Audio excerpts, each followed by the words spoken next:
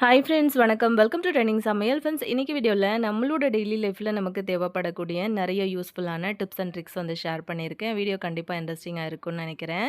வீடியோவை ஸ்கிப் பண்ணாமல் பாருங்கள். சேனலுக்கு புதுசாக இருந்தீங்கன்னா சப்ஸ்கிரைப் பண்ணிக்கோங்க. இப்போ வாங்க நம்ம வீடியோக்குள்ளே போகலாம். ஃபஸ்ட்டு டிப் என்ன அப்படின்னு சொல்லிட்டு பார்க்கலாங்க. இந்த மாதிரி நம்ம ரெகுலராக யூஸ் பண்ணுற ஹேண்ட்பேக்கு, பர்ஸு அந்த மாதிரிலாம் நம்ம வந்து யூஸ் பண்ணிகிட்டு இருக்கும்போது அது சீக்கிரமாகவே வந்து அழுக்காக ஆரம்பிச்சிடும் இல்லையா? ஸோ அதுக்காக நம்ம இந்த மாதிரி வேஸ்லின் வந்து எடுத்துக்கோங்க. வேஸ்லின் எடுத்துக்கிட்டு இந்த ஹேண்ட்பேக்கு, பர்ஸு அந்த மாதிரி எல்லா இடத்துலையுமே வந்து அப்ளை பண்ணி விட்டதுக்கப்புறமா ஒரு காட்டன் வந்து யூஸ் பண்ணிக்கிட்டு இப்படி எல்லா இடத்துலையுமே வந்து தொடச்சி விட்டிங்க அப்படின்னா அதில் இருக்கிற அழுக்கு எல்லாமே உங்களுக்கு வந்து சூப்பராக ரிமூவ் ஆகிட்டு வந்துடும். நார்மலாக நம்ம வந்து ரெகுலராக யூஸ் பண்ணுற ஹேண்ட்பேக்கு, பர்ஸ் எல்லாம் வந்து ரெகுலராக நம்ம வந்து துவைச்சும் வந்து யூஸ் பண்ண முடியாது இல்லையா? அதுவே காட்டன் கிளாத்தாக இருந்தது அப்படின்னா நம்ம வந்து துவைக்கலாம். இந்த மாதிரியெல்லாம் இருந்தது அப்படின்னா துவைச்சு யூஸ் பண்ணுறது கொஞ்சம் கஷ்டமாக இருக்கும். சில டைமில் பிஞ்சு போகிறதுக்கும் வந்து வாய்ப்பு இருக்கிறதுனால நீங்கள் இந்த மாதிரி வந்து நார்மலாக தொடச்சி எடுத்துக்கிட்டிங்க அப்படின்னாலே அதில் இருக்கிற அழுக்கெல்லாம் போயிட்டு உங்களுக்கு நல்லா பளிச்சுன்னு புதுசு போல் ஆகிடுங்க. கண்டிப்பாக இந்த ஐடியா உங்களுக்கு ரொம்பவே யூஸ்ஃபுல்லான ஒரு க்ளீனிங் டிப்பாக இருக்கும் அப்படின்னு நினைக்கிறேன். நீங்களும் வந்து ட்ரை பண்ணி பாருங்கள். ட்ரை பண்ணிவிட்டு எப்படி இருந்துச்சு அப்படின்னு சொல்லிட்டு கமெண்ட்டில் கண்டிப்பாக சொல்லுங்கள். பிடிச்சிருந்தது அப்படின்னா மறக்காமல் இந்த வீடியோக்கு ஒரு லைக் கொடுத்துட்டு அப்படியே உங்கள் ஃப்ரெண்ட்ஸ் அண்ட் ஃபேமிலி மெம்பர்ஸோடையும் இந்த வீடியோ வந்து ஷேர் பண்ணி கொடுங்க. கண்டிப்பாக அவங்களுக்கும் யூஸ்ஃபுல்லாக இருக்கும். பாருங்கள் எவ்வளோ அழுக்கு வந்திருக்கு அப்படின்னு சொல்லிட்டு. ஸோ இப்போ நம்ம நெக்ஸ்ட் டிப் என்ன அப்படின்னு சொல்லிட்டு பார்க்கலாம். இந்த மாதிரி பழங்கள்லாம் வந்து வாங்கிட்டு வரும்போது சில டைமில் நம்ம வந்து ஃபுல்லாகவே வந்து பழமாக வாங்கிட்டு வர மாட்டோம் இல்லையா? கொஞ்சம் காயாக கொஞ்சம் பழமாக இருக்கிற மாதிரி பார்த்து வாங்குவோம். அதாவது அன்றைக்கே நம்ம வந்து சாப்பிட போகிறோம் அப்படின்னா நல்ல பழமாக பார்த்து வாங்குவோம். ஒரு 2 நாள் 3 நாள் வச்சு சாப்பிட்றதா இருந்தால் கொஞ்சம் காயாக பார்த்து வாங்குவோம் இல்லையா? அந்த மாதிரி வாங்கிட்டு வர பழத்தை வந்து கொஞ்சம் குயிக்காக அது வந்து பழுக்கணும் அப்படின்னு நினச்சிங்கன்னா இப்போ நம்ம என்ன பண்ணலான்னு பார்க்கலாம். இப்போ இது வந்து 2 போர்ஷனாக நான் வந்து கட் பண்ணி எடுத்து வச்சுருக்கேன். இப்போ இதை வந்து பார்த்திங்கன்னா இந்த மாதிரி ஒரு குக்கருக்குள்ளே நம்ம வந்து வச்சுக்கலாங்க. இப்படியே குக்கருக்குள்ள வந்து வைக்கும்போது நல்ல காயாக தான் இருக்குது. ஸோ இந்த மாதிரி நீங்கள் வந்து வச்சு பழுக்க வச்சிங்க அப்படின்னா ஒரே நாளில் உங்களுக்கு சூப்பராக வந்து பழுத்துரும். இந்த மாதிரி குக்கருக்குள்ளே வச்சதுக்கப்புறமா குக்கரை க்ளோஸ் பண்ணி விட்டிங்கன்னா அதில் இருக்கிற கொஞ்சம் அந்த வெது வெதுன்னு இருக்கும் பார்த்தீங்களா கதகதப்பு, அதில் வந்து சீக்கிரமாகவே உங்களுக்கு வந்து பழுத்து வந்துடும். கண்டிப்பாக ட்ரை பண்ணி பாருங்கள். நெக்ஸ்ட் டிப் என்னன்னு பார்க்கலாம். இந்த மாதிரி அழுக்காக இருக்கிற ஃபேனை வந்து ரொம்ப ஈஸியாக எப்படி வந்து க்ளீன் பண்ணலாம் அப்படின்னு சொல்லிட்டு தான் ஷேர் பண்ணியிருக்கேன். இந்த மாதிரி ஃபேன்லாம் வந்து பார்த்திங்கன்னா அதே இந்த டேபிள் ஃபேன் பொறுத்த வரைக்கும் நம்ம ஈஸியாகவே வந்து கழட்டி அழகாக வந்து க்ளீன் பண்ணிடலாம்.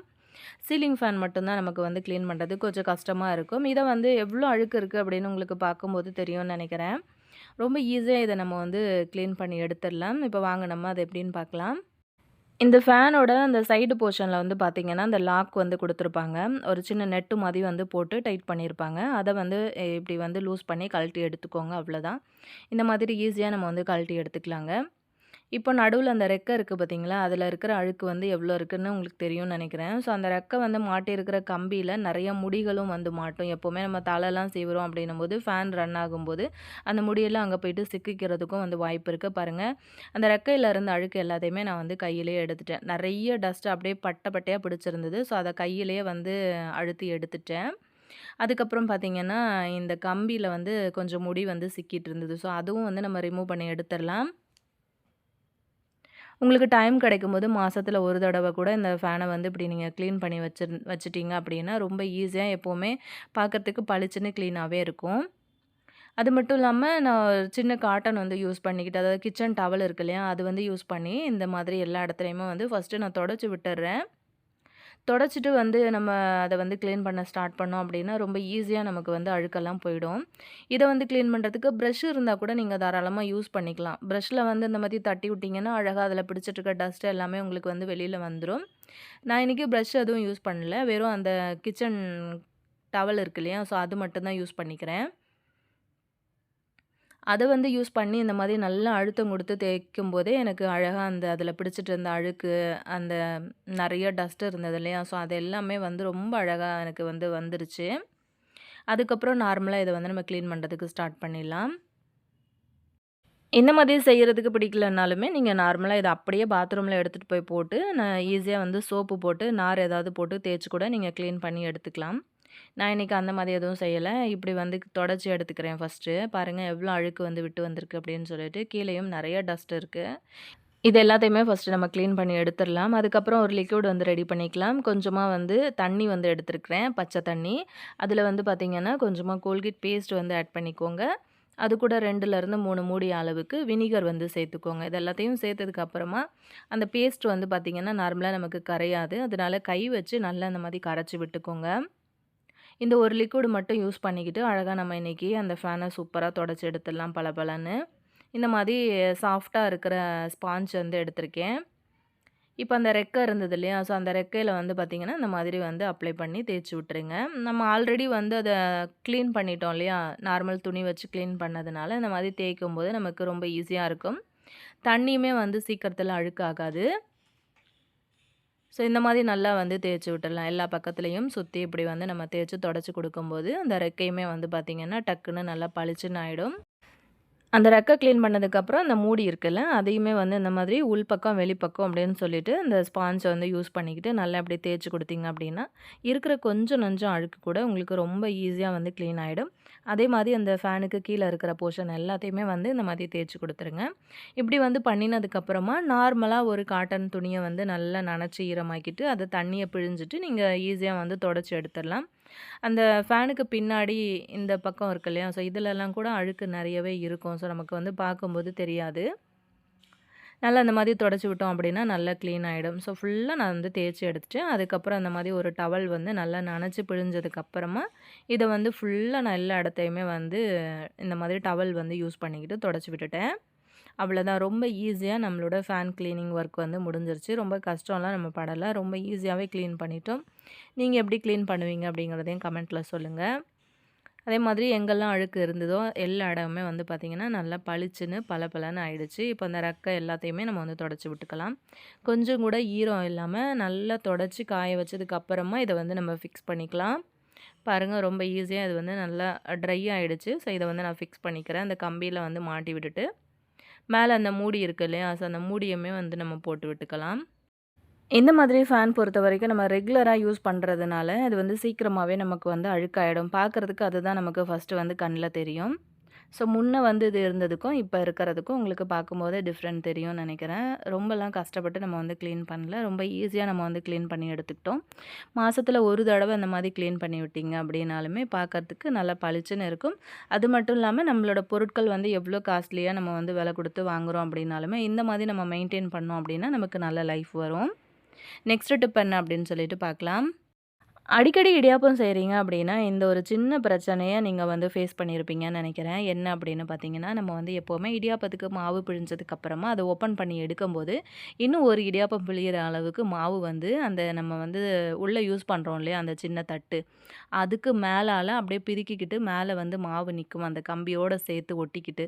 ஸோ அந்த மாதிரி பிரச்சனைய நம்ம எப்படி அவாய்ட் பண்றதுன்னு பார்க்கலாம். ஏன் அப்படின்னா, ஒரே ஈடா நம்ம வந்து இடியாப்பம் பிழியும்போது, நமக்கு ஃபுல் மாவும் கீழ இறங்கி வந்துருச்சு அப்படின்னா, ரொம்ப ஈஸியா இருக்கும். நமக்கு இன்னும் ஒரு இடியாப்பம் பிழியிற அளவுக்கு வந்து மாவு மேல வரும்போது, திரும்ப அத வந்து ஓப்பன் பண்ணி, திரும்ப அந்த மாவ வந்து வெளியில எடுத்து, அப்புறமா திரும்ப நம்ம உள்ள சேர்த்து எக்ஸ்ட்ரா கொஞ்சம் மாவு போட்டு இடியாப்பம் வந்து பிழியிற மாதிரி இருக்கும். அந்த பிரச்சனைய வந்து எப்படி அவாய்ட் பண்ணலாம் அப்படிங்கிறதையும் இந்த வீடியோல ஷேர் பண்ணியிருக்கேன். அதே மாதிரி நம்ம வந்து செய்கிற இடியாப்பம் காஞ்சு ட்ரை ஆகாம ஒரு நாள் ஆனாலுமே நல்லா புசு புசுன்னு பஞ்சு போல் சாஃப்டாக இருக்கிறதுக்கு அதுக்கும் வந்து ஒரு பொருள் நம்ம வந்து மாவு பிசையும் போது ஆட் பண்ண போகிறோம். ஸோ அதுவும் என்ன அப்படிங்கிறதையும் பார்த்துடலாங்க. வீடியோ வந்து ஸ்கிப் பண்ணாமல் பாருங்கள். இப்போ நான் வந்து ஃபஸ்ட்டு ஒரு 2 இடியாப்பத்துக்கு நான் வந்து மாவு போட்டு பிழிஞ்சிட்டேன் இல்லையா? ஸோ இதை வந்து ஓப்பன் பண்ணி காட்டுறேன். உங்களுக்கு பார்க்கும்போது தெரியும்னு நினைக்கிறேன். வீடியோ வந்து ஸ்கிப் பண்ணாமல் பார்த்தீங்கன்னா தான் உங்களுக்கு தெரியும். ஸோ பாருங்கள், நம்ம வந்து ஓப்பன் பண்ணி எடுக்கும்போதே அந்த கம்பியில எவ்வளோ மாவு, அதாவது இந்த அடியில அந்த பிளேட்ல எவ்வளோ மாவு வந்து ஒட்டிக்கிட்டு மேலே வந்திருக்கு அப்படின்னு சொல்லிட்டு. இந்த மாதிரி இருக்கும்போதே இப்போ லாஸ்ட்டா நம்ம வந்து இடியாப்பம் இருக்கிற மாவு எல்லாத்தையும் சேர்த்து நம்ம வந்து பிழிஞ்சு விடுறோம் அப்படின்னாலுமே, நமக்கு ஒரு பிடி அளவுக்கு மாவு வந்து வேஸ்ட்டா போற அளவுக்கு மீதி ஆயிடுது. இத வந்து நம்ம அவாய்ட் பண்றதுக்காக இன்னைக்கு நம்ம என்ன பண்ணலான்னு பார்க்கலாம். நான் எப்போவுமே வந்து இந்த மாதிரி இடியாப்ப குழா தான் வந்து யூஸ் பண்ணுவேன். இதில வந்து இடியாப்பம் மட்டும் இல்லாம, நம்ம முறுக்கு கூட நெறைய வெரைட்டியா செஞ்சுக்கலாம். ஸோ நெறைய தட்டும் வந்து அதில கிடைக்கும். இப்போ இத வந்து நம்ம பண்ணுறதுக்கு ஸ்டார்ட் பண்ணிடலாம். அந்த மாதிரி ஸ்வீட் பாக்ஸோட ஒரு மூடி வந்து எடுத்திருக்கேன். அத வந்து இந்த மாதிரி வச்சுக்கோங்க. அந்த இடியாப்ப உரல அதுக்கு மேல வச்சு நல்லா ரவுண்ட் ஷேப்ல அந்த மாதிரி அத மார்க் பண்ணி எடுத்து கட் பண்ணி எடுத்துக்கலாம். பென் இல்லைனா மார்க்கர் அந்த மாதிரி யூஸ் பண்ணி கரெக்டான ஒரு ரவுண்ட் ஷேப்பில் நீங்கள் வந்து இந்த மாதிரி போட்டு எடுத்துக்கோங்க. அதுக்கப்புறம் இதை வந்து நம்ம கட் பண்ணி எடுத்துக்கலாம். எக்ஸஸாக இருக்கிற பீஸ் எல்லாத்தையுமே வந்து கட் பண்ணிவிட்டு அந்த ரவுண்ட் ஷேப் மட்டும் கரெக்டான அளவில் நம்ம வந்து கட் பண்ணி எடுத்துக்கலாம். இந்த மாதிரி ஒரு 2, 3 பீஸ் வந்து கரெக்டான அளவில் நீங்கள் கட் பண்ணி எடுத்து வச்சுக்கிட்டிங்க அப்படின்னா, ஒன்று மிஸ் ஆனாலுமே இன்னொன்று வந்து யூஸ் பண்ணிவிட்டு நம்ம இடியாப்பம் செய்யும்போது நமக்கு ரொம்பவே இது யூஸ்ஃபுல்லாக இருக்கும். இப்போ இந்த மாதிரி வந்து வச்சு பாருங்கள். உள்ளுக்குள்ளே போகாமல் வெளியிலேயே நிற்குது அப்படின்னா, எக்ஸஸாக இருக்கிற இன்னும் கொஞ்சம் பீஸ் கூட நீங்கள் அந்த சைடு ஓரங்களில் கொஞ்சம் கொஞ்சம் வந்து கட் பண்ணிக்கோங்க. அவ்வளோதான், ஃபுல்லாக நான் கட் பண்ணி எடுத்துக்கிட்டேன். இப்போ அதை வந்து வச்சு செட் பண்ணி பார்த்துக்கலாம். இப்போ வந்து கரெக்டாக உள்ளே போகுது. ஸோ இப்போ இதை அப்படியே நம்ம ஓரமாக வச்சுட்டு மாவு வந்து இப்போ ரெடி பண்ணலாம். மாவு வந்து ரெடி பண்ணுறதுக்கு பார்த்தீங்கன்னா, ஸ்டவ் ஆன் பண்ணி ஒரு பேன் அடுப்பில் வச்சுருக்கேன். நல்லா ஹீட் ஆனதுக்கப்புறமா ஒரு 1½ டம்ளர் அளவுக்கு நான் வந்து தண்ணி சேர்த்துக்க போகிறேன். இதே டம்ளரில் 1 டம்ளர் அளவுக்கு நான் வந்து கடையில் வாங்கின இடியாப்ப பச்சரிசி மாவு தான் வந்து யூஸ் பண்ணியிருக்கேன். ஸோ அதனால் 1 டம்ளர் இடியாப்ப மாவு எடுக்கிறீங்க அப்படின்னா, நீங்கள் வந்து 1.25லேருந்து 1½ டம்ளர் அளவு வரைக்கும் கூட தாராளமாக தண்ணி வந்து எடுத்துக்கலாம். அது வந்து கரெக்டாக இருக்கும். இப்போ ஒரு முக்கியமான பொருள் இதில் ஆட் பண்ணிக்க போகிறோன்னு சொன்னேன் இல்லையா? இது என்ன அப்படின்னு பார்த்தீங்கன்னா, ஒரு 2 ஸ்பூன் அளவுக்கு கார்ன்ஃப்ளவர் மாவு வந்து ஒரு கிண்ணத்தில் வந்து தனியாக சேர்த்துக்கிறேன். 1 ஸ்பூன்லேருந்து 2 ஸ்பூன் வரைக்கும் கார்ன் மாவு எடுத்துக்கோங்க. அதே மாதிரி ஒரு 2 ஸ்பூன் அளவுக்கு தண்ணி சேர்த்து நல்லா தண்ணியை கரைச்சிக்கோங்க, கட்டி இல்லாமல். இதை தான் நம்ம வந்து ஃபஸ்ட்டு அந்த இடியாப்பம் ரெடி பண்ணக்கூடிய அந்த தண்ணியில் நம்ம வந்து மிக்ஸ் பண்ணி ரெடி பண்ண போகிறோம். இந்த மாதிரி கார்ன் மாவு வந்து சேர்த்துக்கிட்டு நீங்கள் இடியாப்பத்துக்கு மாவு பிசைஞ்சிங்க அப்படின்னா, உங்களோட இடியாப்பம் வந்து ஒரு நாள் ஆனாலுமே காஞ்சு ட்ரை ஆகாமல் நல்லா சாஃப்டாக பஞ்சு போலயே இருக்கும். அவ்வளோதாங்க, இந்த தண்ணி வந்து சூப்பராக ரெடி ஆகிடுச்சு. இப்போ நமக்கு வந்து இடியாப்பத்துக்கு நம்ம வந்து வச்சுருக்கோம் இல்லையா தண்ணி, அது வந்து ரொம்ப தளதளன்னுலாம் கொதித்து வரணும்லாம் அவசியம் கிடையாது. நம்ம மாவு வந்து பிசையும் போது தண்ணி வந்து ஊற்றுவோம் இல்லையா, அந்த சூட்டுக்கு வந்துச்சு அப்படின்னாலே போதும். இப்போ தேவையான அளவுக்கு உப்பு வந்து சேர்த்துருக்கேன். இப்போ நம்ம கரைச்சி எடுத்து வச்சுருக்கிற கார்ன்ஃப்ளவர் மாவை வந்து உள்ளே சேர்த்துக்கலாம். இந்த மாதிரி ஊற்றி விட்டுட்டு ஒரு கிண்டு வந்து கிண்டி விட்டுருங்க. அவ்வளோதான். இப்போ வந்து அப்படியே ஸ்டவ் வந்து ஆஃப் பண்ணிவிடுங்க. ஆல்ரெடி தண்ணி வந்து சூடாக தான் இருக்கும். ஸ்டவ் வந்து அப்படியே ஆஃப் பண்ணி விட்டுட்டு இந்த மாவை அப்படியே அந்த தண்ணிக்குள்ளேயே வந்து வச்சு அப்படியே மிக்ஸ் பண்ணிக்கோங்க கரண்டி வச்சு. இந்த மாதிரி மிக்ஸ் பண்ணினதுக்கப்புறமா நீங்கள் வந்து அதாவது நிறைய பேர் வந்து பார்த்திங்க அப்படின்னா, அந்த மாவு வந்து சட்டியில் ஒட்டுற அளவுக்குமே போட்டு அதை கிண்டுன்னு கிண்டுவாங்க. அந்த மாதிரி எதுவும் கிண்ட வேண்டாம். நீங்கள் இந்த மாதிரி தண்ணியில் போட்டதுக்கப்புறமா இந்த மாதிரி ஒரு 2 கிளறி விட்டுருங்க. அதை தண்ணியில் கொட்டும் போதே வந்து ஸ்டவ் வந்து ஆஃப் பண்ணிவிடுங்க. இதை அப்படியே ஒரு மூடி போட்டு நம்ம இதை வந்து மூடி வச்சிடலாம். இந்த மாவு வந்து கை பொறுக்கிற சூடு வர்ற வரைக்கும் அப்படியே நம்ம ரெஸ்ட்டில் விட்டுடலாம். அதே மாதிரி மாவு வந்து ரொம்ப ட்ரையாகவும் இருக்கக்கூடாது. அதாவது நம்ம சப்பாத்திக்கெலாம் மாவு பிசைவோம்ல, ஸோ அந்த மாதிரி கண்டிஷன்லையும் இருக்கக்கூடாது. அதை விட கொஞ்சம் லூஸாக இருக்கணும். அதுக்காக தான் நம்ம வந்து தண்ணி ஒரு 1½ டம்ளர் அளவுக்கு நம்ம வந்து தண்ணி சேர்த்தோம். அதே மாதிரி ஒரு 2 ஸ்பூன் அளவுக்கு எக்ஸ்ட்ரா நம்ம கார்ன் மாவுலையும் வந்து தண்ணி மிக்ஸ் பண்ணி வந்து சேர்த்துருந்தோம் இல்லையா, அது வந்து நமக்கு கரெக்டான ஒரு பதத்தில் கிடைக்கும். இப்போ வந்து மாவு நான் ஒரு 10 நிமிஷத்துலேருந்து 15 நிமிஷம் வரைக்கும் நான் மூடியே வச்சுருந்தேன். இப்போ ஓப்பன் பண்ணி பார்த்துட்டு லைட்டாக அந்த மாவில் வந்து எண்ணெய் அப்ளை பண்ணிக்கோங்க. கையிலையும் வந்து லேசாக ஆயில் வந்து அப்ளை பண்ணிவிட்டு இந்த மாதிரி மாவை வந்து லைட்டாக வந்து பிசைஞ்சு கொடுத்துருங்க. அவ்வளோதான், மாவு வந்து ரெடி ஆகிடுச்சு. இப்போ இந்த மாதிரி இடியாப்ப குழாயில் நீங்கள் வந்து இந்த உள்ள அந்த தட்டு இருக்கு இல்லையா, அதை வந்து போட்டுக்கோங்க. இப்போ வந்து அதுக்கு மேலே மாவு வந்து நம்ம ஃபில் பண்ணி எடுத்துக்கலாம். தேவையான அளவுக்கு மாவு வந்து இப்படி வந்து ஃபில் பண்ணி எடுத்துக்கோங்க. ஃபுல்லாக அந்த குழாய் ரொம்பி வர்ற அளவுக்கு மாவு வந்து ஃபில் பண்ணவே கூடாது. எப்போவுமே ஒரு 1 இன்ச்சு கேப் இருக்க மாதிரி பார்த்து ஃபில் பண்ணிக்கோங்க. அதுக்கப்புறம் நம்ம வந்து ரெடி பண்ணி எடுத்தோம் இல்லையா அந்த தட்டு, அதை வந்து அப்படியே வச்சுக்கோங்க மேலே. அதுக்கப்புறம் இந்த மாதிரி வச்சு க்ளோஸ் பண்ணிக்கோங்க. இந்த மாதிரி வச்சதுக்கப்புறமா நம்ம வந்து இப்போ இடியாப்பம் பிழியறதுக்கு ஸ்டார்ட் பண்ணிடலாம். நான் வந்து வீடியோ எந்த இடத்துலையுமே வந்து கட் பண்ணலை, ஸோ அப்படியே தான் வந்து விட்டுருக்கேன். ஸ்கிப் பண்ணாமல் பார்த்தீங்க அப்படின்னா தான் உங்களுக்கு வந்து தெரியும். ஸோ ஃபுல்லாக நம்ம வந்து பிழிஞ்சு எடுத்துக்கலாம். இப்போ ஒரு தடவை வந்து நம்ம குழாயில் ஃபில் பண்ணுற மாவு வந்து எனக்கு பார்த்திங்கன்னா ஒரு 3லேருந்து 4, 5 இடியாப்பம் பிழியிற அளவுக்கு கூட எனக்கு வரும். ஸோ மாவு வந்து சீக்கிரம் காலியாகணுங்கிறதுக்காக கொஞ்சம் பெருசாக, அதாவது நிறைய நான் வந்து பிழிஞ்சு விட்டுருந்தேன். அவ்வளோதான், ஃபுல்லாக நம்ம வந்து பிழிஞ்சு எடுத்துட்டோமா. இப்போ இதை வந்து நம்ம ஓப்பன் பண்ணி பார்க்கலாம். இந்த மாதிரி செய்யும்போது நமக்கு ரொம்ப ஈஸியாக இருக்குங்க. ஒரு தடவை வந்து நம்ம ஃபில் பண்ணுற மாவு கரெக்டாக நமக்கு வந்து இடியாப்பம் பிழியறதுக்கு கரெக்டாக வந்துடும். அதிகமாக மாவு வந்து மேலே வரவும் இல்லை. உங்களுக்கு பார்க்கும்போது தெரியும்னு நினைக்கிறேன். முன்னாடி நம்ம வந்து ஒரு கைப்பிடி அளவுக்காச்சும் மாவு வந்து நமக்கு மேலே வந்துச்சு. ஆனால் இப்போ வந்து பார்த்திங்க அப்படின்னா எந்த அளவுக்கு வந்திருக்கு அப்படிங்கிறது உங்களுக்கே தெரிஞ்சிருக்கும். இப்போ பார்த்திங்கன்னா இப்போ அந்த மூடியும் வந்து பார்த்திங்கன்னா அடியில் போயிட்டு இப்படி வந்து செட் ஆகிடும். நம்ம நார்மலாக வந்து இடியாப்பத்துக்கு மாவு பிழியும் போது அந்த அடியில் போடுற அந்த சின்ன ஓட்டை அந்த தட்டு இருக்கு இல்லையா, அதுவுமே வந்து மேலே அந்த அச்சோடு சேர்த்து ஒட்டிக்கும். அதை வந்து பிரித்து எடுக்கிறதுக்கே நமக்கு கொஞ்சம் கஷ்டமாக தான் இருக்கும். டக்குன்னு அது வந்து எடுக்கிறதுக்கும் வராது. ஆனால் இப்படி செஞ்சிங்க அப்படின்னா ரொம்ப ஈஸியாகவும் உங்களுக்கு வேலை வந்து முடிஞ்சிடும். இப்போ இட்லி பாத்திரத்தில் நல்லா சூடாக தண்ணி வந்து வச்சுருக்கேன். தண்ணி கொதிச்சுட்டு இருக்கும்போது நம்ம பிழிஞ்சு எடுத்த இடியாப்பத்தை எல்லாத்தையுமே வந்து உள்ளுக்குள்ளே சேர்த்துக்கலாம். ஒரு 5 நிமிஷம் நல்லா வெந்ததுக்கப்புறமா அது ஓப்பன் பண்ணி எடுத்துடலாங்க. நல்லா சாஃப்டாக புசு புசுன்னு வெந்து வந்திருக்கு. சாப்பிட்றதுக்கும் நல்ல டேஸ்ட்டாக இருந்தது. நிறைய பேர் நினைப்பீங்க கார்ன்ஃப்ளவர் மாவு வந்து சேர்த்துருக்கிறதுனால நமக்கு வந்து இடியாப்பத்தில் ஏதாவது டேஸ்ட்டு வந்து டிஃப்ரெண்ட் தெரியுமா அப்படின்னு. கண்டிப்பாக எந்த ஒரு டிஃப்ரெண்ட்டுமே வந்து தெரியாது. நார்மலாக நம்ம வந்து இடியாப்பம் வந்து எப்படி இருக்குமோ அதே மாதிரி தான் இருக்கும். இப்போ இது எல்லாத்தையுமே நம்ம வந்து வெளியில் எடுத்து ஆற வச்சிடலாம். உங்களுக்கு பார்க்கும்போது தெரியும்னு நினைக்கிறேன் எப்படி வந்து வந்திருக்கு அப்படின்னு சொல்லிட்டு. பாருங்கள் எவ்வளோ சாஃப்டாக வந்திருக்கு அப்படின்ட்டு. கண்டிப்பாக நார்மலாக நம்ம வந்து செய்கிற இடியாப்பத்தை விட நீங்கள் இந்த மாதிரி வந்து கார்ன் மாவு வந்து கொஞ்சமாக உங்களுக்கு பிடிக்கல அப்படின்னா ஒரு அரை ஸ்பூன்லேருந்து 1 ஸ்பூன் வரைக்கும் கூட நீங்கள் வந்து கொஞ்சமாக கூட சேர்த்துக்கோங்க. நல்ல சாஃப்டாக இருக்கும். இது வரைக்கும் நீங்கள் இந்த மாதிரி ட்ரை பண்ணலன்னா ஒரு தடவை வந்து ட்ரை பண்ணி பாருங்கள். இந்த மாதிரி வந்து ரெடி பண்ணும்போது நமக்கு ஒரு நாள் ஆனாலுமே நம்மளோட இடியாப்பம் வந்து காஞ்சு ட்ரை ஆகாமல் நல்லா சாஃப்டாகவே இருக்குங்க. புசு புசுன்னு பாருங்கள் எவ்வளோ சாஃப்டாக இருக்குது அப்படின்னு சொல்லிட்டு. கண்டிப்பாக இந்த ஐடியா உங்களுக்கு ரொம்பவே யூஸ்ஃபுல்லாகவும் பிடிச்சும் இருக்கும்னு நினைக்கிறேன். அப்படியே அந்த வீடியோக்கு ஒரு லைக் கொடுத்துருங்க. அப்படியே உங்கள் ஃப்ரெண்ட்ஸ் அண்ட் ஃபேமிலி மெம்பர்ஸோடையும் வந்து ஷேர் பண்ணிக்கோங்க. இப்போ இடியாப்பம் அப்படின்னாலே தேங்காய் பால் தான் நிறைய பேர் வந்து சேர்த்து சாப்பிடுவாங்க. நான் வந்து பார்த்திங்கன்னா இன்றைக்கி மீன் குழம்பு வந்து சேர்த்துக்கிறேன்.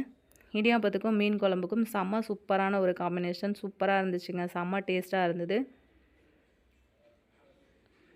இந்த ஐடியா பிடிச்சிருந்ததுன்னா அப்படியே உங்கள் ஃப்ரெண்ட்ஸ் அண்ட் ஃபேமிலி மெம்பர்ஸோடையும் வந்து இந்த வீடியோ வந்து ஷேர் பண்ணிக்கோங்க.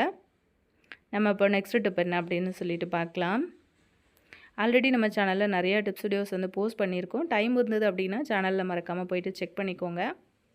அந்த மீன் குழம்போடு அந்த பசங்க அந்த இடியாப்பத்தை சாப்பிடும்போது அவ்வளோ அருமையாக டேஸ்டியாக இருந்துச்சு. ட்ரை பண்ணிங்க அப்படின்னா எப்படி இருந்ததுன்னு கமெண்ட்டில் சொல்லுங்கள். நெக்ஸ்ட் டிப் பார்க்கலாம். நம்ம எப்போவுமே இந்த மாதிரி எலுமிச்சம்பழம்லாம் பாதி பிழிஞ்சு யூஸ் பண்ணினதுக்கப்புறம் மீதி இருக்கிற பாதியை ஃப்ரிட்ஜில் வந்து அப்படியே எடுத்து வச்சுருப்போம். அந்த மாதிரி எடுத்து வைக்கும்போது சில நேரத்தில் அது ரொம்பவே ட்ரை ஆகிட்டு அப்படியே காஞ்சு போயிடும். அந்த மாதிரி காஞ்சு போகாமல் நல்லா ஃப்ரெஷ்ஷாகவே இருக்கணும் அப்படின்னு நினச்சிங்கன்னா இந்த மாதிரி செஞ்சு பாருங்கள். ஆல்ரெடி நம்ம பிழிஞ்ச எலுமிச்சம்பழம் பாதி அந்த தோல் இருக்கும் இல்லையா, அதோடு சேர்த்து இந்த எலுமிச்சம்பழத்தையும் அப்படியே வந்து வச்சு அப்படியே இந்த மாதிரி நான் வைக்கிறேன் இல்லையா, இதே மாதிரி வந்து வச்சுக்கோங்க.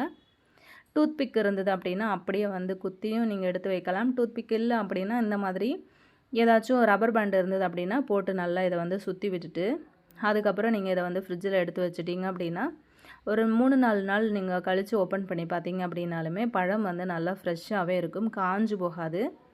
இந்த ஐடியாவும் உங்களுக்கு ரொம்பவே யூஸ்ஃபுல்லாக இருக்கும். ட்ரை பண்ணி பாருங்கள். நெக்ஸ்ட் ஐடியா என்னன்னு பார்க்கலாம். இந்த மாதிரி மசாலா பாக்ஸ் பொறுத்த வரைக்கும் நம்ம உள்ளுக்குள்ளே வந்து போட்டு வச்சுருக்கிற பொருட்கள் வந்து வண்டு பூச்சி புழு வராமல் இருக்கணும் அப்படின்னா என்ன பண்ணலான்னு சொல்லிட்டு பார்க்கலாம். இதில் வந்து ஆல்ரெடி திங்ஸ் எல்லாமே நான் வந்து ஃபில் பண்ணி தான் வந்து வச்சுருந்தேன். இப்போ நம்ம வந்து கடையிலேருந்து வாங்கிட்டு வர்றோம் இல்லையா, ஸோ அந்த மாதிரி பொருட்கள் வந்து வாங்கிட்டு வந்து நம்ம போட்டு வைக்கும்போது ஒரு சில பொருட்கள் வந்து புதுசாகவும் ஒரு சில பொருட்கள் வந்து பழசாகவும் கூட இருக்கலாம். ஆனால் நமக்கு வந்து பார்த்திங்க அப்படின்னா மேனுஃபேக்சரிங் டேட்டு வந்து ரொம்பவே பக்கமாக இருக்கிற மாதிரி தான் போட்டிருப்பாங்க. ஆனால் அந்த பொருள் வந்து நம்ம கைக்கு கிடைக்கிறதுக்கு எத்தனை நாள் கழித்து நம்ம கையில் கிடைக்கிது, அது எவ்வளோ பழசு அப்படிங்கிறதெல்லாம் நமக்கு தெரியாது. அப்படி வந்து நம்ம போட்டு வச்சு யூஸ் பண்ணும்போது என்னாகும் அப்படின்னா சீக்கிரமாகவே அந்த பொருட்கள்லேருந்து நமக்கு வண்டு பூச்சி புழுக்கள் வந்து வர ஆரம்பிச்சிரும். அந்த மாதிரி வராமல் இருக்கணும் அப்படின்னா அந்த மாதிரி பூண்டு தோல் இருக்குது இல்லையா, அதை வந்து இப்படியே அஞ்சரை பெட்டியில் அடியில் இப்படி போட்டு வச்சுட்டு அதுக்கப்புறம் மேலே அந்த மாதிரி பாக்ஸ் எல்லாம் எடுத்து வச்சு க்ளோஸ் பண்ணி வச்சுருங்க. இப்படி வந்து வச்சிங்க அப்படின்னா அந்த பூண்டு தோலோட ஸ்மெல்லுக்கு உங்களுக்கு வண்டு பூச்சி புழு அந்த மாதிரி எந்த ஒரு தொந்தரவும் வந்து இருக்காதுங்க. இது வந்து ஒரு நல்ல ஐடியாவாக இருக்கும் அப்படின்னு நினைக்கிறேன். இது வரைக்கும் உங்களுக்கு தெரியாது, ட்ரை பண்ணல அப்படின்னா ஒன்ஸ் வந்து ட்ரை பண்ணி பாருங்கள். அப்படி உங்கள் ஃப்ரெண்ட்ஸ் அண்ட் ஃபேமிலி மெம்பர்ஸ்க்கும் இது வந்து யூஸ்ஃபுல்லாக இருக்கும் அப்படின்னு நினச்சிங்கன்னா அவங்களுக்குமே வந்து ஒரு ஷேர் கொடுங்க. நம்ம அப்போ நெக்ஸ்ட் டிப் என்ன அப்படின்னு சொல்லிட்டு பார்க்கலாம். இந்த மாதிரி தூக்கி போடுற பென் மூடி இருந்துச்சு அப்படின்னா எடுத்துக்கோங்க. இந்த பேனா மூடியை மட்டும் யூஸ் பண்ணி நம்ம இன்றைக்கி சூப்பரான ஒரு ஊதுபத்தி ஸ்டாண்டு வந்து ரெடி பண்ணலாம். ஊதுபத்தி ஸ்டாண்டு அப்படிங்கிறது நம்ம வீட்டில் 1ஓ 2ஓ அப்படி தான் வந்து வாங்கி வச்சுருப்போம் இல்லையா. இப்போ நம்ம ரூமுக்கு ரூம் ஒரு ஊதுபத்தி வந்து பற்ற வைக்கணும் அப்படின்னா அங்கங்கே எங்கே இடம் இருக்கோ இல்லை சின்ன ஓட்டை இருந்தாலுமே அங்கே கொண்டு போய் சொருகி வச்சுட்டு வந்துடுவோம் இல்லையா. இனிமேல் அந்த மாதிரி வந்து செஞ்சிடாதீங்க. இந்த மாதிரி கலர் கலராக இருக்கிற பெண்ணோட மூடி கூட நீங்கள் வந்து எடுத்துக்கோங்க. டபுள் சைடு டேப்பு வந்து சின்னதாக வந்து இந்த மாதிரி அதுக்கு மேலே கட் பண்ணி ஒட்டிக்கோங்க. இப்போ நம்ம வந்து ஊதுபத்தி அந்த மாதிரி ஏற்றி வச்சுக்கலாம். இந்த மாதிரி ஏற்றினதுக்கப்புறமா நம்ம அந்த ஸ்டாண்டை உங்களுக்கு வந்து எந்த இடத்துலலாம் நீங்கள் வந்து ஊதுபத்தி ரெகுலராக பற்ற வைப்பீங்களோ அந்த இடத்துலலாம் கொண்டு போயிட்டு செவுத்தில் இதை வந்து ஒட்டி வச்சுக்கோங்க. நம்ம டபுள் சைடு டேப் வந்து போட்டு ஒட்டி வைக்கிறதுனால நமக்கு வந்து கீழெல்லாம் விழுகாது, நல்லா ஸ்ட்ராங்காகவே வந்து ஒட்டி பிடிச்சிக்கும். அப்படி இல்லைன்னா செவுத்தில், அப்படி இல்லைன்னா ஜன்னல் ஓரங்களில் கூட நீங்கள் வந்து உள்பக்கமாக ஒட்டி வச்சுக்கோங்க.